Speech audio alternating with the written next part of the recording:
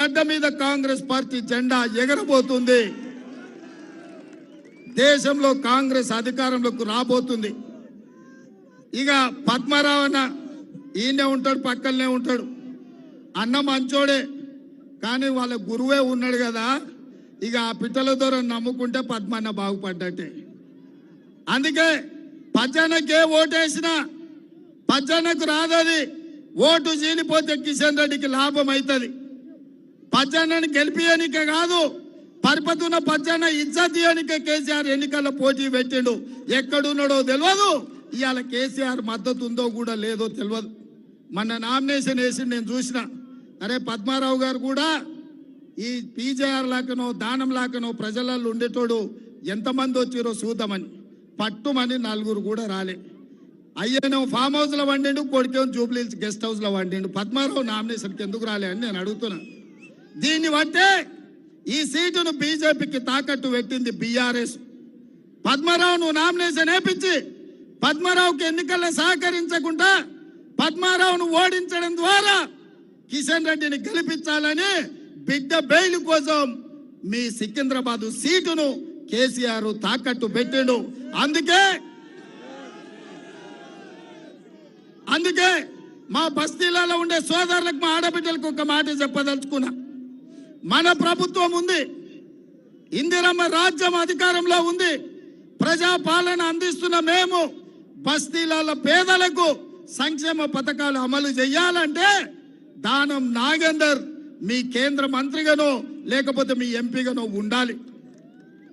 ఇవాళ మీ బస్తీలలో మీ కష్టాలు అడగాలన్నా, మీ కష్టాలు తీరవాలన్నా, మీకు మీ ఇంటికి 200 యూనిట్లు ఉచిత కరెంటు ఇవ్వాలన్నా, 500 రూపాయలకే మీకు సిలిండర్ ఇవ్వాలన్నా, ఇందిరమ్మ ఇండ్లు లేని పేదలకు రావాలన్నా, ఆర్టీసీ బస్సుల్లో మా ఆడబిడ్డలు ఉచితంగా హైదరాబాదే కాదు తెలంగాణ రాష్ట్రం నలుమూలల అమ్మగారింటికి పోయినా అత్తగారింటికి పోయినా గుట్టకు పోయి దైవ దర్శనం చేసుకోవాలన్నా, ఆర్టీసీలో ఉచిత ప్రయాణం మా ఆడబిడ్డలకు ఉండాలంటే ఇవాళ కాంగ్రెస్ పార్టీ గెలవాలి.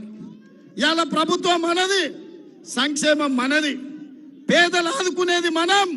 పేదల రాజ్యంలో ఇందిరమ్మ ప్రభుత్వంలో మీకు న్యాయం చేసే బాధ్యత మాది. ఈ నగరంలో నేను సూటిగా సవాలు విసురుతున్నా.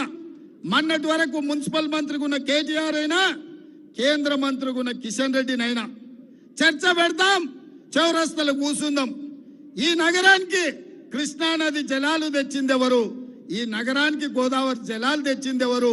ఈ జంట నగరాల దాహార్తి తీర్చింది ఎవరు? ఇదే కాదు, మెట్రో రైలు ఎవరు తెచ్చిండ్రు? అంతర్జాతీయ ఎయిర్పోర్ట్ ఎవరు తెచ్చిండ్రు? ఔటర్ రింగ్ రోడ్ ఎవరు తెచ్చిండ్రు? ఐటీ కంపెనీలు ఎవరు తెచ్చిండ్రు? ఫార్మా కంపెనీలు ఎవరు తెచ్చిండ్రు? వివిధ రాష్ట్రాల నుంచి లక్షలాది మంది ఇక్కడ ఉద్యోగ ఉపాధి అవకాశాలు వస్తే మత సామరస్యాన్ని కాపాడేది ఎవరో చర్చ చేయడానికి సిద్ధం ఉన్నామా? ఇవాళ కంటోన్మెంట్ ప్రాంతంలో స్కైవేస్ కోసం ఆర్మీ జగా ఇవ్వకపోతే నేను ముఖ్యమంత్రి అయిన వెంబడే ఢిల్లీకి పోయి ఇవాళ రాజీవ్ రహదారికి సంబంధించి 2 స్కైవేల కోసం 194 ఎకరాలు కేంద్ర ప్రభుత్వాన్ని ఒప్పించి ఇవాళ నేను తీసుకొచ్చిన. అందుకే మిత్రులారా, ఈ నగరం అభివృద్ధి చెందాలి, ఈ నగరం విశ్వనగరం కావాలి, ఈ నగరం ప్రతి వాడికి నీడనివ్వాలి, ప్రతి పేదవాడికి అండగా నిలబడాలి అంటే కాంగ్రెస్ పార్టీ గెలవాలి. చివరగా నేను ఒక్క మాట చెప్పదలుచుకున్నా. రావురా నాయన, వచ్చే నెల 13 వరకు ఈ ఉత్సాహం ఉండాలి. జర్ర ఓపిక పట్టు, ఎండ సొడ కొడుతుంది జర్ర. ఇవాళ నా మాట ఒక్కటే, ఈ సికింద్రాబాద్ పార్లమెంటు నియోజకవర్గంలో టిఆర్ఎస్ కు ఓటేస్తే మూసి మురిక్కాలువలు వేసినట్టే. ఇవాళ బీజేపీని ఓడగొట్టాలి అనంటే దానం నాగేందర్ కు ఓటెయ్యాలి. హైదరాబాదు నగరం అభివృద్ధి చెందాలి అనంటే దానం గెలవాలి.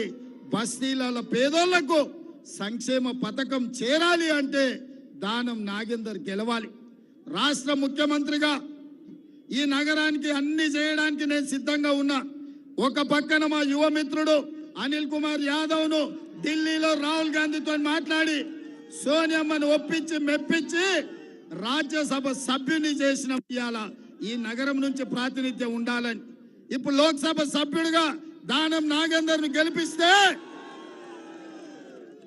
అనిల్ కుమార్ యాదవ్, దానం నాగేందర్ ఈ నగరానికి జోడెద్దులాగా ఉండి నాకు అండగా నిలబడి కుడి భుజం ఎడం భుజంగా ఈ నగరాన్ని అభివృద్ధి చేసే బాధ్యత మేము తీసుకుంటాం.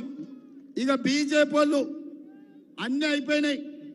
10 ఏళ్ళు మోడీ పేదోళ్లకు ప్రతి సంవత్సరం 2 కోట్ల ఉద్యోగాలు ఇస్తా అన్నాడు. 20 కోట్ల ఉద్యోగాలు ఇవ్వాలి, ఒక్క ఉద్యోగం ఇవ్వలే.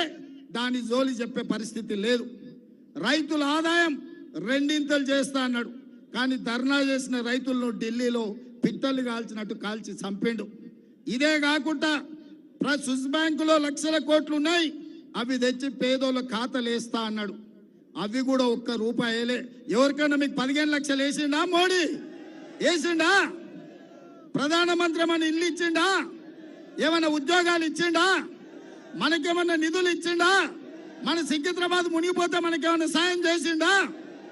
మన తెలంగాణ ఏర్పడితే కూడా ఓర్వలేక తలుపులు మూసి సోనియమ్మ తెలంగాణ ఎట్లిస్తుంది, తల్లిని చంపి బిడ్డని ఎట్లా బతికిస్తారని తెలంగాణను కూడా మోడీ అవమానించిండు. ఇవన్నీ తెలిసి